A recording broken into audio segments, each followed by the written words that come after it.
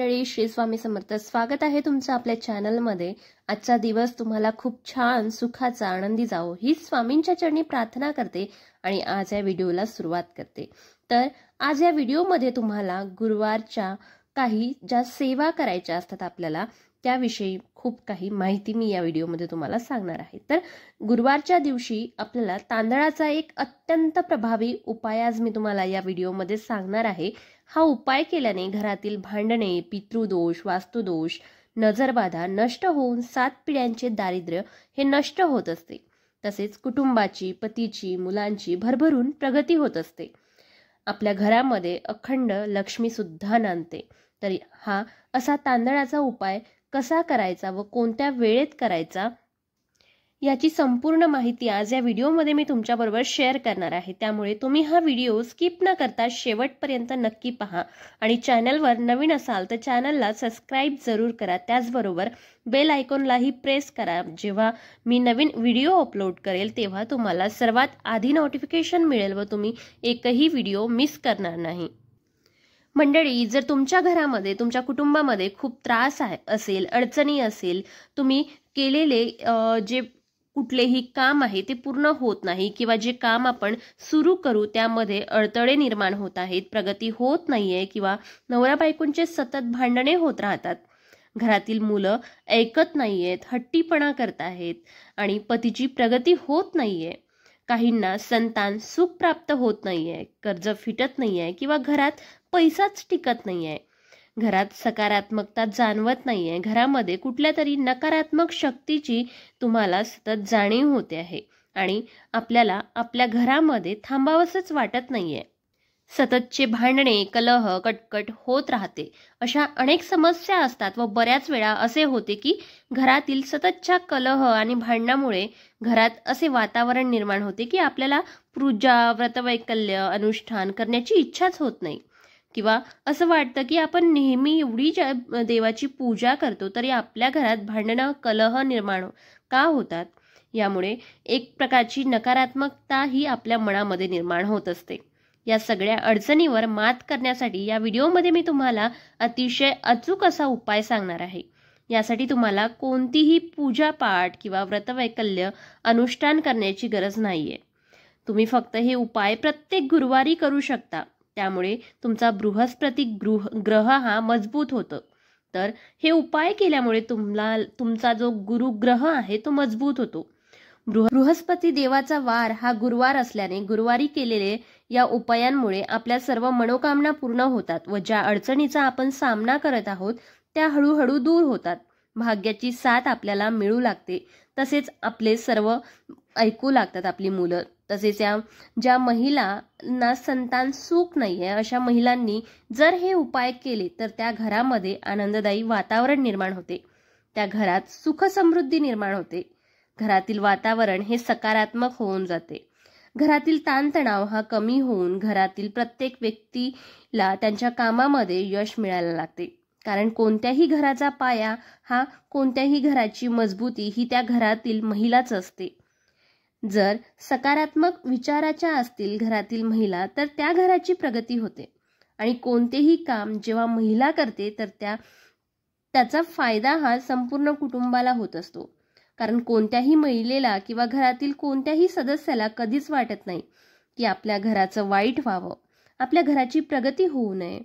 आपल्या घराच्या प्रगतीसाठी रात्रंदिवस झटत असतात ते प्रत्येक व्यक्ती. आपल्या घराची प्रगती कशी होईल याचाच विचार करत असतात. म्हणून गुरुवारी आपल्याला हे अत्यंत प्रभावी उपाय करायचे आहे. तर यातील पहिला उपाय आपल्याला तांदळाचा करायचा आहे. यासाठी आपल्याला वाटीभर तांदूळ घ्यायचे आहे आणि या वाटीभर तांदळात तुम्हाला थोडेसे पाणी आणि हळद टाकून त्याला पिवळे करून घ्यायचे आहे. आणि हे वाटीभर तांदूळ तुम्हाला तुमच्या घराच्या आसपास किंवा जिथे चिमण्या, पक्षी येतात, जसे की गॅलरीमध्ये किंवा तुमच्या छतावर किंवा तुमच्या अंगणामध्ये हे तांदूळ तुम्हाला पक्ष्यांसाठी ठेवायचे आहे. गुरुवारी सकाळी तुम्हाला हा उपाय करायचा आहे. त्यामुळे काय होणार की जे पक्षी असतात ते पिवळे तांदूळ खातात व आपल्याकडून नकळत अन्नदान होत असते. आपल्या कुंडलीतील गुरुग्रह हा मजबूत होतो. त्यामुळे व बृहस्पती देव आपल्यावर प्रसन्न होतात व आपल्या आयुष्यात ज्या काही समस्या, अडचणी, अडथळे आहे हळूहळू ते दूर व्हायला लागतात. तर हा एक उपाय तुम्हाला आवर्जून करायचा आहे। त्यानंतर पुढचा उपाय म्हणजे गुरुवारच्या दिवशी तुम्हाला तुमच्या जेवणामध्ये पिवळ्या पदार्थांचा समावेश करायचा आहे, जसे की बेसन, हरभरा डाळ किंवा पिवळ्या पालेभाज्या आपल्या आहारामध्ये समाविष्ट करायच्या आहे। जसं की केळी असू शकते, संत्री असू शकते, अशा जास्तीत जास्त पिवळ्या रंगाच्या पदार्थांचा आपल्या जेवणामध्ये तुम्हाला गुरुवारच्या दिवशी समावेश करायचा आहे। या उपायाने देखील आपल्या कुंडलीतील गुरुग्रह हा मजबूत होतो। तसेच शक्य झाल्यास गुरुवारच्या दिवशी तुम्ही पिवळे वस्त्र सुद्धा घालू शकता। ज्योतिषशास्त्रानुसार हे उपाय सिद्ध उपाय मानले गेलेले आहेत, कारण प्रत्येक दिवसाचं वेगळं असं हे महत्त्व आहे। प्रत्येक दिवस हा प्रत्येक ग्रहाला समर्पित आहे। तसेच गुरुवारी केलेले उपाय हे पूर्णत्वास जातात, त्यांच्या कोणताही अडथळा येत नाही। तसेच त्यानंतर आपल्याला पुढचा उपाय करायचा आहे, तो म्हणजे तुम्हाला थोडं गव्हाचं पीठ घ्यायचं आहे व थोडं बेसन त्यामध्ये टाकायचं आहे। हे दोन्ही पीठ घट्टसर असे मळून घ्यायचे आहे व या पिठाचा एक गोळा तयार करायचा आहे आणि या पिठाच्या गोळ्यामध्ये तुम्हाला एक गुळाचा खडा व भिजलेली चना डाळ टाकायचा आहे। ते म्हणजे जसं आपण जेव्हा पुरणपोळी बनवतो तेव्हा जसं भरतो अगदी तसंच चना डाळ व गूळ आपल्याला या गोळ्यामध्ये भरून घ्यायचा आहे। याची चपाती अजिबात करायची नाही आहे, गरज नाही आहे। हा गोळा तसाच तुम्हाला गाईला खायला द्यायचा आहे। यामुळे तुम्हाला गोमातेचा आशीर्वाद मिळतो व तुम्हाला माहीत असेलच की गोमातेच्या शरीरामध्ये 33 कोटी देवी देवतांचा वास असतो। त्यामुळे गुरुवारी असे पीठ गाईला खाऊ घातले तर त्याचे पुण्य हे आपल्याला प्राप्त होत असते। हळूहळू आपली प्रगती होत जाते आणि हे आपल्या लक्षात सुद्धा येत नाही की आपले हळूहळू सर्व काही चांगले होत आहे। तसेच ज्यांचा विवाह होण्यास काही अडथळे येत असतील ना, त्यांनी असा पिठाचा गोळा गाईला नक्की खाऊ घाला। असे पिठाचा गोळा खाऊ घातल्याने आपला विवाह योग जुळून येतो। त्यानंतर करायचा उपाय म्हणजे तुम्हाला अंघोळीच्या पाण्यामध्ये चिमूटभर हळद टाकायची आहे व त्याने अंघोळ करायचं आहे। तसेच ज्या घरामध्ये ज्येष्ठ व्यक्ती आहे किंवा ज्यांना तुम्ही गुरु मानता त्यांना तुम्हाला आवर्जून नमस्कार करायचा आहे, त्यांचे आशीर्वाद तुम्हाला घ्यायचे आहे। त्याने काय होणार की तुमच्या कुंडलीतील गुरुग्रह हा मजबूत होईल। तसेच तुमच्या घरातील महिलेने गुरुवारच्या दिवशी आपले केस कधीही धुवू नये। आपला गुरुग्रह हा कमजोर होतो। जर एकदमच गरजेचे असेल तर अंघोळीच्या पाण्यामध्ये तुम्ही थोडे दूध मिसळून मग त्याने केस धुवू शकता। तसेच गुरुवाऱ्या दिवशी करावयाचा पुढचा उपाय हा सुद्धा अतिशय उपयुक्त आहे। एका तांब्याच्या कलशात पाणी घेऊन त्यामध्ये कच्चे दूध मिक्स करून थोडी हळद टाकायची आहे आणि हे पाणी तुम्हाला तुळशीला अर्पण करायचं आहे। यामुळे भगवान विष्णू व माता लक्ष्मी तुमच्यावर प्रसन्न होऊन त्यांचा आशीर्वाद तुमच्यावर राहील। तसेच गुरुवारच्या दिवशी तुम्ही सूर्याला जल आवर्जून अर्पण करा। त्या पाण्यामध्ये तुम्हाला थोडा गूळ व हळद मिक्स करायचा आहे आणि त्यानंतर तुम्हाला ते पाणी सूर्याला अर्घ द्यायचा आहे। या पाण्याने सूर्याला अर्घ दिल्याने तुमच्यावर सूर्यदेव प्रसन्न होतील आणि तुम्हाला चांगले आरोग्य देखील प्राप्त होईल।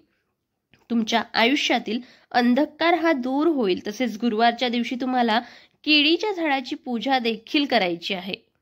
जर तुमच्या घरी किंवा आसपास केळीचे झाड असेल तर गुरुवारच्या दिवशी केळीच्या झाडाची पूजा नक्की करायची, कारण केळीच्या झाडामध्ये भगवान विष्णूंचा वास असतो व जिथे भगवान विष्णू असतात तेथे माता लक्ष्मींचा वास जरूर असतो। तसेच गुरुवारच्या दिवशी तुम्हाला केळीच्या झाडाला हळद मिक्स करून पाणी अर्पण करायचे आहे। याने सुद्धा भगवान विष्णू व माता लक्ष्मी हे प्रसन्न राहतात। तसेच गुरुवारच्या दिवशी तुम्हाला थोडीशी हळद व चंदन मिक्स करून आपल्या कपड्यावर लावायचे। याने भगवान विष्णू प्रसन्न राहतात व गुरुग्रह सुद्धा आपला मजबूत होत असतो। त्याचप्रमाणे गुरुवारच्या दिवशी थोड्याशा पाण्यामध्ये हळद मिक्स करून आपल्या घरामध्ये शिंपडायचं। याने तुमच्या घरातील नकारात्मकता, पितृदोष, वास्तुदोष, नजरबाधा हे दूर होऊन घरातील वातावरण हे सकारात्मक होते। त्याचबरोबर गुरुवारच्या दिवशी थोडी हळद, चंदन व गोमूत्र एकत्र करून त्याचे लेपन मुख्य प्रवेशद्वारावर जरूर करायचे। यामुळे तुमच्या घरामध्ये नकारात्मक ऊर्जा ही प्रवेश करत नाही।